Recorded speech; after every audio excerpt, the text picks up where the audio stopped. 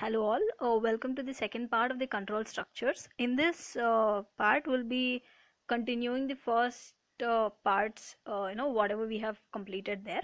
Coming to the next control structure, that is nested for loops. We have discussed for loop, and here in the nested for loop, a for loop, inserting into another for loop is called as a nested for loop, like for loop within another for loop. Syntax is, we'll write a for loop and then this is complete one for loop. We are adding that into this for loop, therefore this is called as a nested for loop. As of simple example, if you have to understand it better, I'll explain you. Like, this is one for loop where I want x value to be printed, and this is the another for loop where I want y value to be printed. This has to be done separately if you want both the values separately. But what if in case I want both the values together? In that scenarios, this nested for loop will be used. We'll see a simple program like, this is the one for loop and this is the other for loop that we are including. As part of the program, I included x1 values and put x is less than or equal to r is 5 here again because I already initialized. Then another for loop and asking for printf statement s. Okay, no, dollar. I gave dollar here because I want to use these two printf or these two for loops to print symbol of dollar into a triangle form. So as long as these two statements are true, if x equal to 1 and then st is also equal to 1, we'll get dollar symbol in one place, and then that will continue till the end of the all this loop, till end of the loop, and then gives us an output in the form of a triangle. All right. Coming for each loop,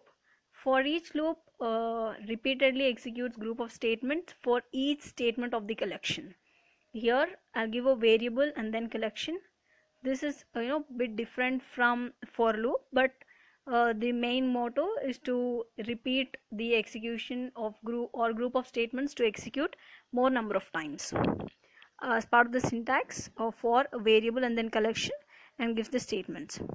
When we consider a simple program, I'm declaring an array which is containing elements like all the 5 elements. I included positive numbers, negative numbers, 2-digit numbers and 3-digit numbers also. And then as long as the elements in this array complete, this printf statement will be executed. So as per our guess, all these numbers should be executed as in the part of output. When we look at the output, all those numbers are executed here. We are not mentioning any condition, therefore we use this as for each loop. Switch statement, this is mainly used when we want to choose only one option when we have several options. Like, for example, I have so many options to take course in computer science, mechanical engineering, or civil engineering, or electronic engineering, but I have to choose only one option. In that scenarios, switch is very well used. The syntax switch, I'll be giving a variable here, case 1 value, and then the statement.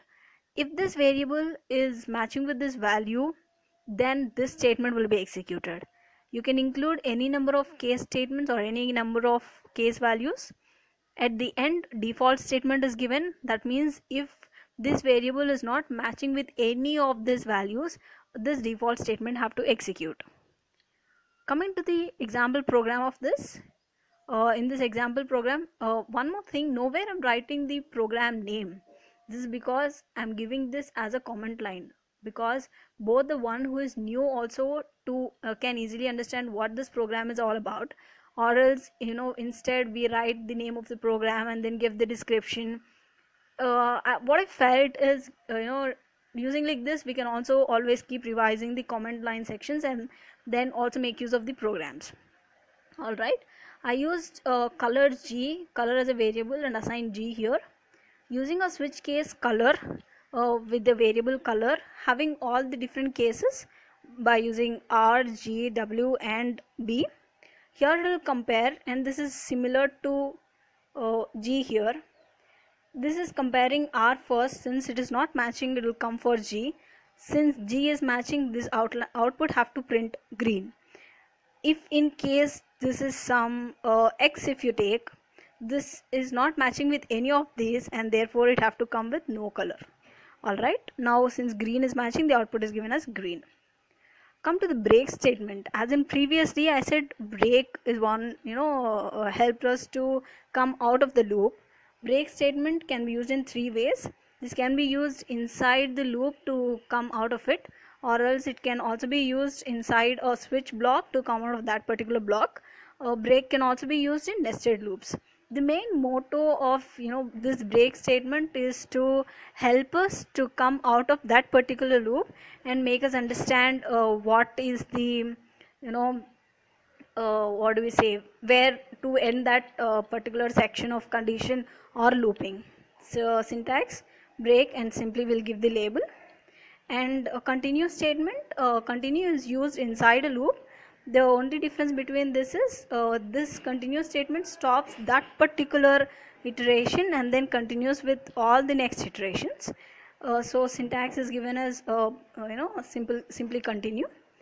Whereas break, if it is giving break, that means we have to come out of that loop entirely. If it is continue, only that particular statement is paused and then the rest of the things will be continued.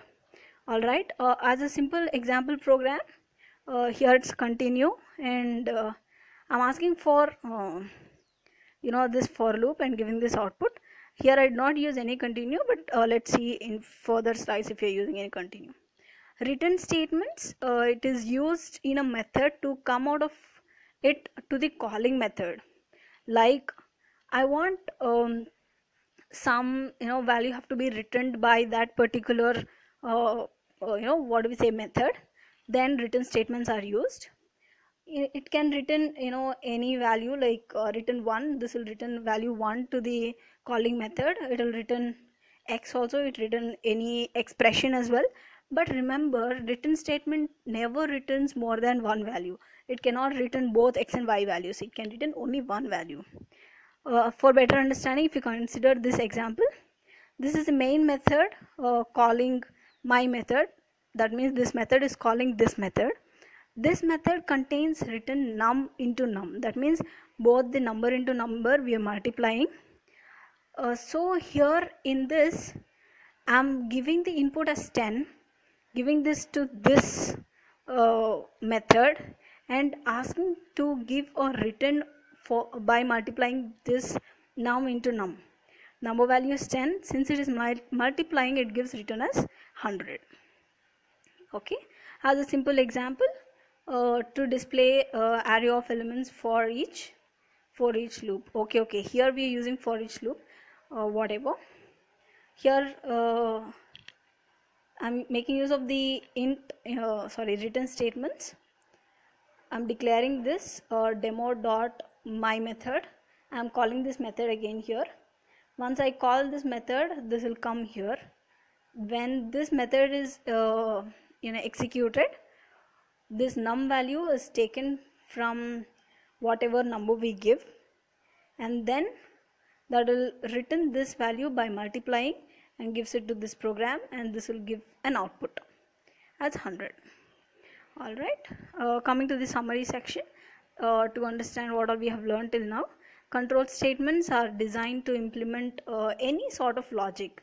If you want to implement condition and test if it is true or not, if you want to do any loop or iteration statements, there also condition statements, control statements can be used. And we have also learned control statements and their syntaxes. We have learned syntax for if, and then we have learned syntax for loop, while, do while, and all the rest of the control statements. And every control statement plays its own important role in the program, because that particular control statement is required for that particular program to execute as efficiently as possible.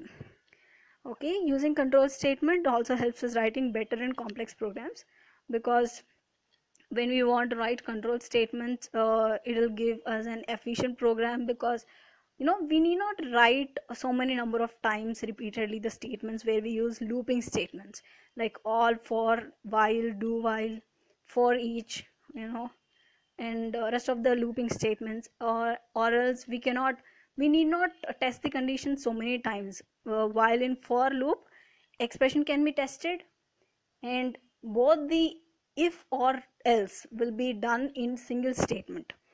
Okay, this is all that we have learned till now in this lesson. uh, if you have any doubts at any point of continuous, I mean previous part and this part of this lesson, you can please let me know. I'll make sure I'll come back to you, and then solve, get your question solved at any point. Thank you so much.